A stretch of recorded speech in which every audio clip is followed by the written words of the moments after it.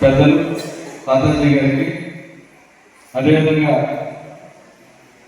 33 సంవత్సరాలుగా యొక్క ప్రాంతంలో అవిరామంగా యొక్క అకాడమీని నడుపుతున్నటువంటి గురు సమానాలు పెద్దలు శ్రీమతి రూపాదేవి గారికి, అదేవిధంగా మేడం గారి గోదాదేవి గారికి, వీరరాఘవ గారికి, అదేవిధంగా ఉమా గారికి, పెద్దలందరికీ కూడా నమస్కారం తెలియజేస్తుంటూ ఈరోజు అంతర్జాతీయ కూచిపూడి నాట్య దినోత్సవం. పార్లమెంట్లో చూసిన వెంపటి చంద్రశేఖర్ గారిని వారు స్మరించుకుంటూ వారు ఫోటో వేశారు. మరి వెంపటి చంద్రశేఖర్ గారు మనందరికీ కూడా తెలుసు, శంకరాభరణంలో నృత్యమని మధ్యలో దగ్గర కూడా వారి దగ్గర నేర్చుకున్నటువంటి కూచిపూడికి ఆయన ప్రాసెస్. ఎన్టీ రామారావు గారు కూడా నర్తనశాలలో కొట్టమన్న పాత్రకి వారి దగ్గర శిక్షణ తీసుకున్నారని కూడా వాళ్ళని విన్నాం.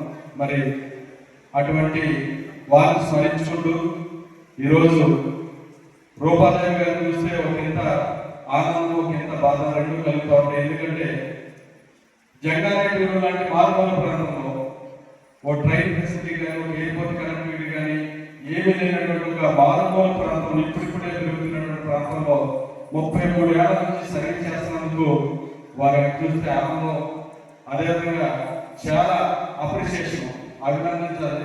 కానీ వారు మారుమూల ప్రాంతంలో ఉండిపోవడం వల్ల వారి స్థాయికి తగిన గుర్తింపు రాలేదనేటువంటి బాధ కూడా ఖచ్చితంగా కలుగుతూ ఉంది. ఎందుకంటే ఒక కొంచెం పట్టణ ఏరియాలో ఏలూరు, విజయవాడ, విశాఖపట్నం లాంటి ప్రాంతాలు కనుక ఇలాగా 33 సంవత్సరాలు ఒక అకాడమీ రన్ చేస్తుంటే మరి జాతీయ స్థాయి దానికి అవార్డులు, వివాదాలు ఎంతో పేరు ప్రఖ్యాతి ఉండేవి. కానీ ఒక మారుమూల ప్రాంతం ఉండడం వల్ల వారికి కళకు సేవ చేస్తారు, కానీ సేవ తగినటువంటి ఇద్దరు బిరుదులోని నాట్యచారి, నాట్యమయ్యారు. కానీ ఖచ్చితంగా పట్టణ ప్రాంతాల్లో ఉంటుంటే వారి సేవ చాలా పెద్దలు ఉండేది, ఏ పద్మశ్రీ అవార్డు వచ్చి ఉండేది ఖచ్చితంగా. అయినప్పటికీ ప్రాంతవాసిగా మేమందరం కూడా మిమ్మల్ని చాలా గర్వపడుతున్నాము. ఎట్లాంటి అవార్డులు, రివార్డులు ఆశించుకున్నాం.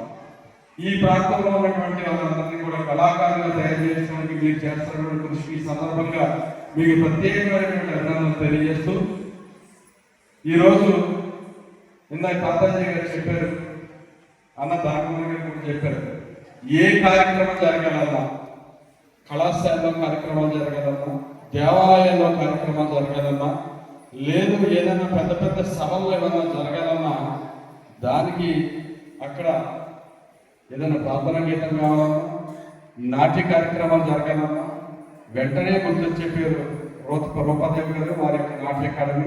అంత పేరు ప్రఖ్యాతిని సంపాదించుకున్నందుకు వారికి మనస్ఫూర్తిగా ధన్యవాదాలు తెలియజేస్తూ, భవిష్యత్తులో ఈ ఉగాది పురస్కారాలు కానీ, రాష్ట్ర ప్రభుత్వ పురస్కారాలు కానీ ఏమైనా ఉంటే కనుక, ఏదైతే ఈ యొక్క ప్రభుత్వంలో ఆ యొక్క సాంస్కృతిక అకాడమీ చైర్మన్ నాకు కూడా బాగా తెలుసండి, ముఖ్యమంత్రి గారి దగ్గర నుంచి కిందందరితో పరిచయాలు ఉన్నాయి. కంటే డెఫినెట్గా మీరు ఏదైనా అప్లికేషన్ పెట్టుకుంటే మాకు మాట చెప్పండి, మేము కూడా మీకు ఉడతా స్థాయిగా ఏదో వచ్చిన సహాయం అయితే మీ అప్లికేషన్లో పరిశీలన రావడానికి ఖచ్చితంగా సహాయపడతామని సందర్భంగా తెలియజేసుకుంటూ, సాయంత్రం నాకు 7 గంటలకు రాజమండ్రిలో పూరికి ట్రైన్ ఉంది, 4 గంటలకు వస్తానంటే ఒక అరగంట ఉండి వెళ్తాను.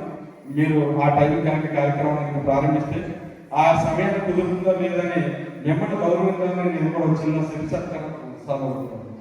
ఎందుకంటే మీలాంటి కళాకారులకి, నాట్యమేమి, గౌరవ